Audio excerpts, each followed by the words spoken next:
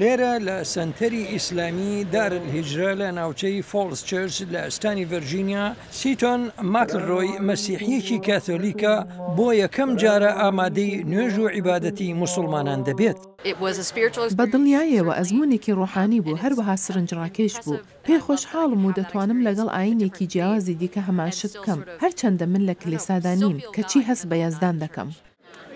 خانم ماکلڕۆی یەکێکە لە بەشداربووی گروپی ئەم ئاینە جیاوازانە کە بانگێشتی ئیفتار کراون بۆ یەکێک لە گەورەترین مزگەوتەکان لە ناوچەی واشنتن، واتە بۆ ژەمە خواردنی ڕۆژووشکاندنی موسڵمانان. ئیمام نەعیم بێگ بەڕێوەبەری سنتەری ئیسلامی دەڵێت هیوا دەخوازم ئەوانەی لەبارەی ئیسلامەوە زۆر نازانن زیاتر لەو بارەیەوە فێر ببن.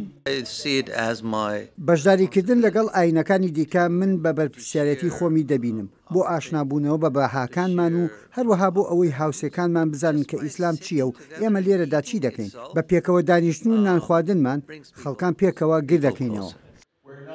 جیم وینکلەر سەرۆکی ڕێکخراوی مەسیحی بە ناوی ئەنجومەنی نیشتیمانی کڵێساکان بە گروپەکەی گوت بە هیوای ئەو ڕۆژەم کاتێک سەرجەم ئاینەکان قبول بکرێن و ڕێزیان لێ بگیرێن.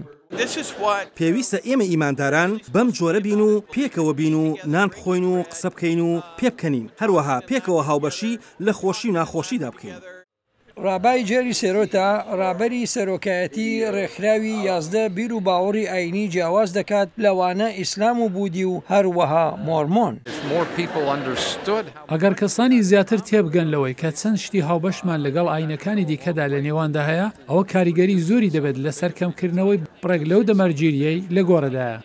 ڕۆبرت واتکن قەشە لە کڵێسەی ناوچەی فۆڵز چرچ لە ڤەرجینیا وانە بە کۆمەڵێک دەڵێتەوە کە چۆن ڕایەڵەی پەیوەندی لەگەڵ موسڵمانان دروست دەکەن و خوێندکارەکانی هێناوە بۆ ئەوەی زیاتر ڕاستەوخۆ بە ئیسلام ئاشنا ببن.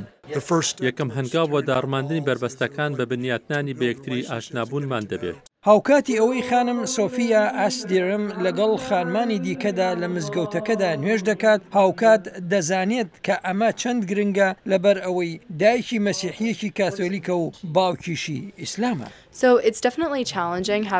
بە دڵنیاییەوە ئەمە ئاستەنجێکە کاتێک خانەوادەکەت لە ڕووی ئاینیەوە دابەش بوون، بەڵام بە هزری من گرنگترین شت دیالۆگی نێوان هەردوو ئاینەکەیە. ئیمام دەڵێت لە هەموو شت گرنگتر بۆ من ئەوەیە کە هیوا دەخوازێت میوانەکان جوانی ئیسلام لەگەڵ خۆیان هەڵگرن. لایەنەکانی بەخشندەی و بەسۆزی و یارمەتیدانی ناوچەکەت و هەروەها بیرکردنەوە لەوانەی وەک ئێمە بەختەوەر نین، هەر بۆیە بە بڕوای من ئەم ئیفتارە سەر و سەودا لەگەڵ بیر و باوەڕی ئاینیمان دەکات.